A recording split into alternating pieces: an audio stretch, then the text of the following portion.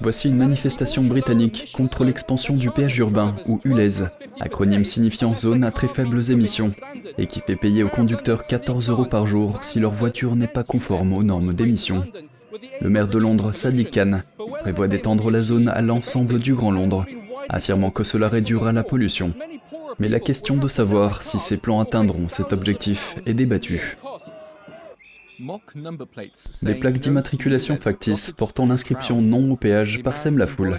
Un homme porte symboliquement la démocratie dans un cercueil.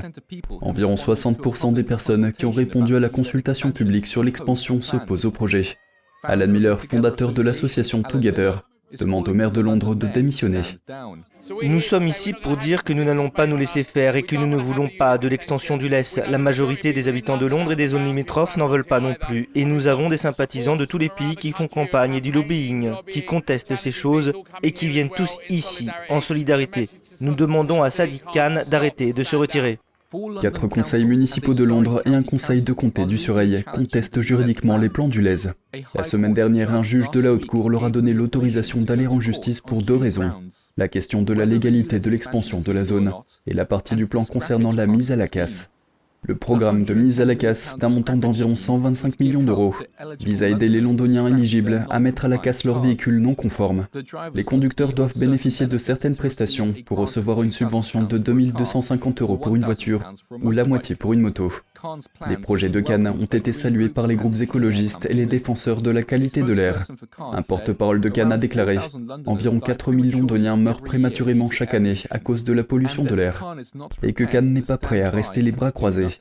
Khan lui-même a déclaré qu'il pensait que le recours en justice était un gaspillage de l'argent des contribuables. Mais Keith Price, conseiller municipal et membre de l'Assemblée de Londres, affirme que rien ne prouve qu'ULEZ atteindra les objectifs fixés par Khan. Il a rédigé un rapport, le rapport Jacobs, qui a montré que le projet n'aurait que peu ou pas d'effet sur la pollution dans la périphérie de Londres. Il a montré en fait qu'il n'y avait pas vraiment d'effet mesurable sur Londres, mais qu'il y avait certainement peu ou pas d'effet sur la périphérie de Londres. Il s'agit avant tout de collecter de l'argent pour le maire. Et le vrai péché ici, c'est qu'il collecte de l'argent auprès des personnes qui sont le moins en mesure de se le permettre. Le rapport Jacobs indique que l'agrandissement du LEZ réduira la pollution par le dioxyde d'azote de 1,3% et la pollution par les particules fines d'une quantité négligeable. Le conseiller municipal de Bromley, Simone Fautrop, qui fait partie des conseils qui poursuivent Khan en justice, a déclaré que l'expansion du LEZ n'est pas seulement une question d'émissions. Ce que je constate, c'est que les gens qui ont des voitures conformes à ULEZ savent qu'il ne s'agit pas seulement d'un cheval de Troie. Ce ne sont plus des chevaux de Troie qui agitent des drapeaux. C'est la tarification routière. Et c'est ce qui arrive. C'est le paiement au kilomètre. Dans une interview accordée au Financial Times, Khan a récemment suggéré de faire payer les automobilistes pour chaque kilomètre parcouru, ainsi que pour la quantité d'émissions produites par leurs véhicules et pour la durée du trajet. En ce qui concerne l'expansion du LEZ, une habitante de Bromley a fait part de son dilemme.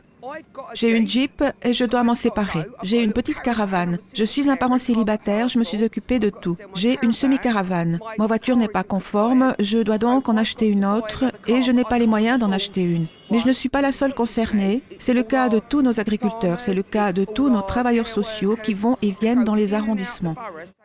Elle ajoute que certains étudiants de sa région n'étaient pas au courant des plans ULEZ et qu'ils n'auront pas les moyens de payer les 14 € par jour.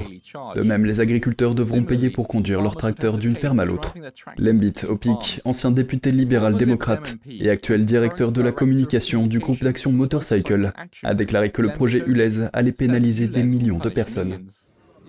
L'ULEZ a toujours été une taxe sur les pauvres. Elle touche ceux qui sont le moins en mesure de la payer. L'expansion signifie qu'elle punit des millions de résidents de cette ville qui n'ont jamais demandé à Sadiq Khan de l'introduire, mais qui se sont donné la peine de s'y opposer et dont la consultation est ensuite ignorée.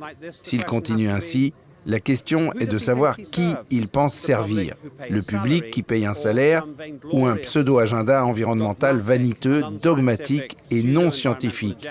Ils ne sauveront pas des vies, mais coûteront cher à la ville. L'expansion du LEZ devrait commencer à la fin du mois d'août et couvrir la quasi-totalité de l'agglomération londonienne. Malcolm Hudson, NTD Actualité, Londres.